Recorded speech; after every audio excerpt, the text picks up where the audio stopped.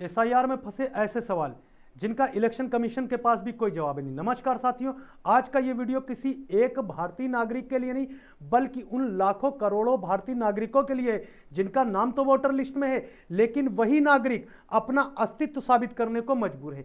Election commission देश की सबसे बड़ी संवैधानिक संस्था, लेकिन यहां पर हम कुछ रियल ग्राउंड केसेस आपके सामने रखने जा रहे हैं जिनका अब कोई भी नियम और गाइडलाइन मौजूद नहीं है, जिनसे संबंधित ना तो कोई नियम अभी है और ना ही कोई गाइडलाइन है। ये सवाल हमने नहीं बनाए हैं बल्कि आप लोगों के द्वारा हमसे कमेंट में और कॉल करके पूछे गए हैं, और यही सवाल आज एसआईआर में सबसे ज्यादा फंसे हुए हैं। इस वीडियो का मकसद किसी संस्था पर आरोप लगाना नहीं बल्कि हमारा मकसद समस्याओं को डॉक्यूमेंट करना, अधिकारियों तक पहुंचाना और एक मानवीय समाधान की मांग करना है, क्योंकि अगर नियम नहीं है तो डिस्क्रेशन भी नियम के अधीन होना चाहिए।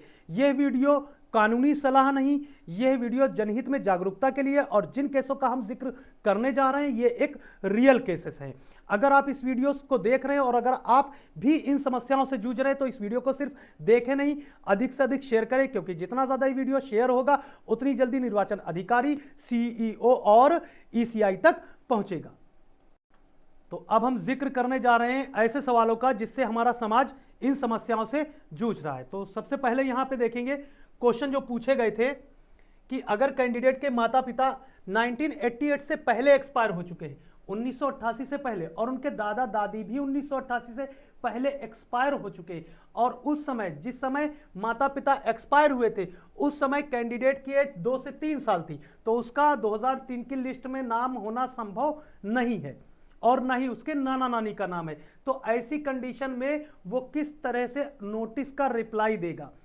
नोटिस का रिप्लाई कैसे देगा? क्योंकि परिवार रजिस्टर उन्हीं का बन पाता है जिनका एक पार्टिकुलर स्थान होता है, निवास स्थान होता है।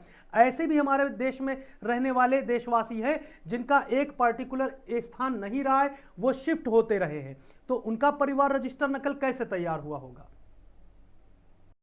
हमारे पास ऐसे कैंडिडेट की कॉल आई है कि वो रो रहे थे बहुत ज़्यादा और वो हमसे कह रहे थे कि मैं जहर खा लूँगा। मैंने उनको बहुत समझाया कि ऐसा कुछ भी मत करना और परेशान होने की ज़रूरत नहीं है, ठीक है। लिस्ट में नाम नहीं भी आएगा तो इससे तुम्हारा परिवार बिगड़ेगा नहीं, परिवार को अपने देखो और परिवार के साथ अच्छे से समय बिताओ। तो यहाँ पे दूसरा क्वेश्चन देखना है, जब दादा दादी नाना नानी सब एक्सपायर हो गए हो 2003 से पहले और नाम भी उनका नहीं हो, तो वो 2003 की लिस्ट में ना मिले तो वंशावली कैसे सिद्ध करें?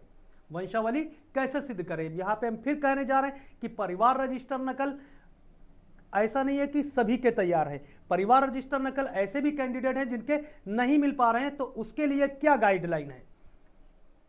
अगर पालन पोषण, ऐसे भी केस आए हैं कि जिनके कोई भी ट्रेजेडी हो गई परिवार के साथ, पूरा परिवार एक्सपायर हो गया, उसमें सिर्फ छोटे बच्चे बचे हैं और उनका पालन पोषण मामा ने या चाचा ने किया है, लेकिन कैंडिडेट के डॉक्यूमेंट में माता पिता का ही नाम डाला गया, तो इस समय वो डॉक्यूमेंट के अनुसार कैसे अपने नोटिस को वेरीफाई कराए या नोटिस का रिप्लाई दे?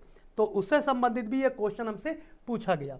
इसके बाद में देखते हैं क्या सिर्फ चाचा का 2003 का नाम होना कैंडिडेट के लिए सफिशिएंट प्रूफ माना जा सकता है? तो ये क्वेश्चन पूछा गया। ये कैसे पूछा गया? क्योंकि चाचा की वोटर आईडी में या उनके आधार कार्ड में उनके दादा का नाम था, उनके दादा का नाम, यानी चाचा के पिता उस कैंडिडेट के कौन हुए? दादा। तो दादा का नाम था, तो क्या ये मान्य होगा या नहीं होगा? तो इससे संबंधित भी हमसे सवाल पूछा गया। बहुत से ऐसे क्वेश्चन जिनका हम भी जवाब नहीं दे पाए हैं और उनको हमने अभी रोक दिया। इसके बाद में जिनके पास सिर्फ स्कूल टीसी मार्कशीट है लेकिन कोई भी पारिवारिक डेटा नहीं है, उनका क्या होगा? ऐसे भी लोग हैं जिन्होंने पढ़ाई नहीं की, मजदूर टाइप के लोग रहे, उनके पास कोई भी डेटा नहीं है, तो वो अपना कैसे नोटिस को वेरीफाई कराएं, नोटिस का रिप्लाई कैसे दें?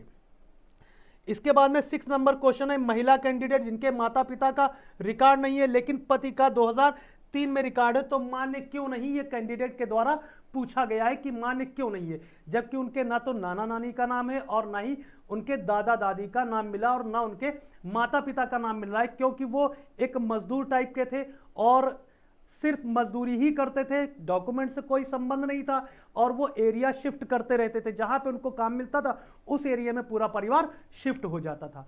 तो उससे संबंधित भी हमारे पास कॉल आई कि इसका समाधान बताइए। तो वो हम कैसे समाधान दें जब कोई इससे संबंधित गाइडलाइन ही नहीं है। इसके बाद में तलाकशुदा महिला जिनका मायका और ससुराल दोनों में 2003 की लिस्ट में नाम नहीं मिल रहा है, उनका क्या होगा? अगर बीएलओ कहते हैं कि डेटा नहीं है लेकिन कैंडिडेट के पास सरकारी नौकरी है, लेकिन कैंडिडेट के पास में माता पिता, दादा दादी या नाना नानी का कोई भी डेटा नहीं है और नोटिस आया है, तो वो क्या सरकारी नौकरी का केवल कार्ड लगा करके नोटिस का रिप्लाई दे सकता है? इससे संबंधित हमारे पास सवाल पूछा गया। क्या सिर्फ राशन कार्ड या ओल्ड इलेक्ट्रिसिटी बिल नोटिस में काम आएगा, क्योंकि उनके पास भी और कोई डॉक्यूमेंट नहीं है? तो कमेंट करेंगे आप भी, और ज्यादा से ज्यादा वीडियो को शेयर करेंगे ताकि अधिकारियों तक ये सवालों के सवाल पहुंचे और उससे संबंधित कोई भी समाधान निकाला जाए। ठीक है। अगर पूरा परिवार डेड है और सिर्फ पड़ोसी गवाह है, तो क्या एफिडेविट सफिशिएंट है? क्या एफिडेविट सफिशिएंट है? अगर पड़ोसी गवाह हैं और उनका पूरा परिवार पहले एक्सपायर हो चुका है, किसी का भी 2003 की डिटेल में नाम नहीं मिला, कोई 2003 की डिटेल नहीं मिली लिस्ट में, तो पड़ोसी गवाह है जो 40 साल से 30 साल से कैंडिडेट रह रहा है और उसका भी 2003 की लिस्ट में नाम नहीं था, क्योंकि सब मजदूर थे, काम करने वाले थे। तो इस काम में डॉक्यूमेंट में कौन चक्कर में पड़ेगा? पहले तो वो कमाई का देखेगा, इंसान अपनी रोटी के बारे में सोचेगा या वो डॉक्यूमेंट के बारे में सोचेगा। तो उससे संबंधित पूछा गया कि अगर पड़ोसी गवाह है तो क्या एफिडेविट सफिशिएंट है? इसके बाद में अगर 2003 डेटा ऑनलाइन नहीं मिल रहा है लेकिन फिजिकली कॉपी उनके पास में है, लिस्ट में नाम है लेकिन ऑनलाइन सर्च करने पर शो नहीं हो रहा है, तो उससे संबंधित क्या समाधान है? तो ये भी सवाल हमसे पूछा गया है और इसका भी हम रिप्लाई नहीं दे पाए। अब इसके बाद में मेन आ जाता है पॉइंट, यदि किसी व्यक्ति का नाम 2003 की लिस्ट में है, 2003 की लिस्ट में नाम है और उनके पास लिस्ट भी है, लेकिन जब ऑनलाइन सर्च किया जाता तो उसमें एक अदर कैंडिडेट का नाम शो होता है, अदर कैंडिडेट का नाम शो होता है।